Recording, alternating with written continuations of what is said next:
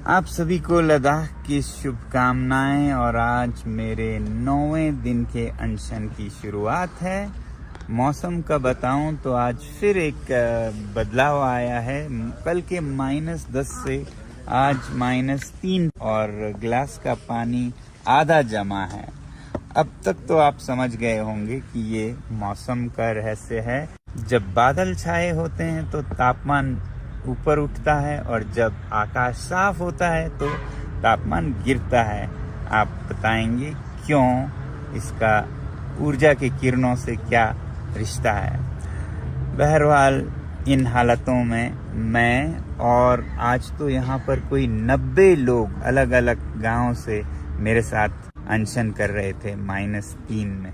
तो -3 से -17 के तापमान में इतने सारे लोग 9 दिन से भूखे हैं सरकार को, नेताओं को अपने वचन याद दिलाने के लिए।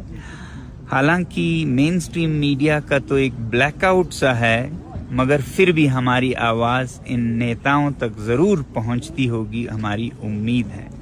साथियों, आपने देखा होगा कि आज तक के मेरे सारे अपडेट्स हिंदी भाषा में हैं। उसका एक कारण है, वो ये कि मैं नहीं चाहता कि भारत की ये अंदरूनी बात विदेशों तक पहुंचे और हमारे ये नेता देश के, उनका अपमान हो अंतर्राष्ट्रीय मंच पर।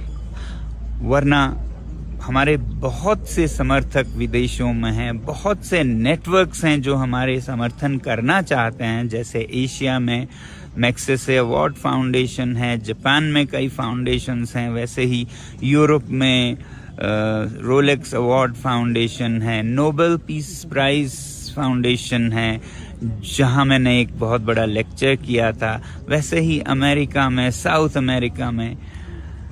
तो फिर भी हम उन्हें मदद के लिए अभी तक नहीं बोल रहे हैं। मगर अब क्योंकि इतने दिन हुए और हमें एक आवाज तक नहीं पहुंची, तो हम सोच रहे हैं कि कल से हम अपने सुबह का अपडेट अंग्रेजी भाषा में करें, ताकि अंतर्राष्ट्रीय स्तर पे भी लद्दाख के, हिमालय के पर्यावरण का क्या हो रहा है उसके बारे में ज्ञात हो और उनका भी समर्थन मिले।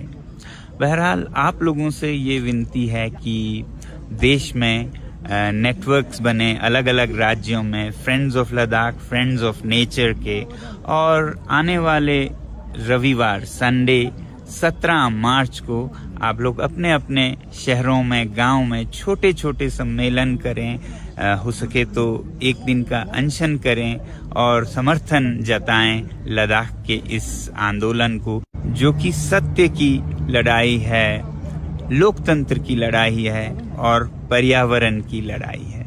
और फिर उसके अगले रविवार यानी कि 24 मार्च को, जब मेरे अनशन का 19वां दिन होगा, तब अंतर्राष्ट्रीय स्तर पर अलग अलग देशों के राजधानियों में भी ऐसे एक दिन के अनशन की योजनाओं के बारे में हम सोच रहे हैं। फिलहाल आप अपने शहर में और गांव में तो जरूर कीजिएगा, ये हमारी उम्मीद है। स्वस्थ रहिएगा, खुश रहिएगा। बहुत बहुत धन्यवाद। जय हिंद।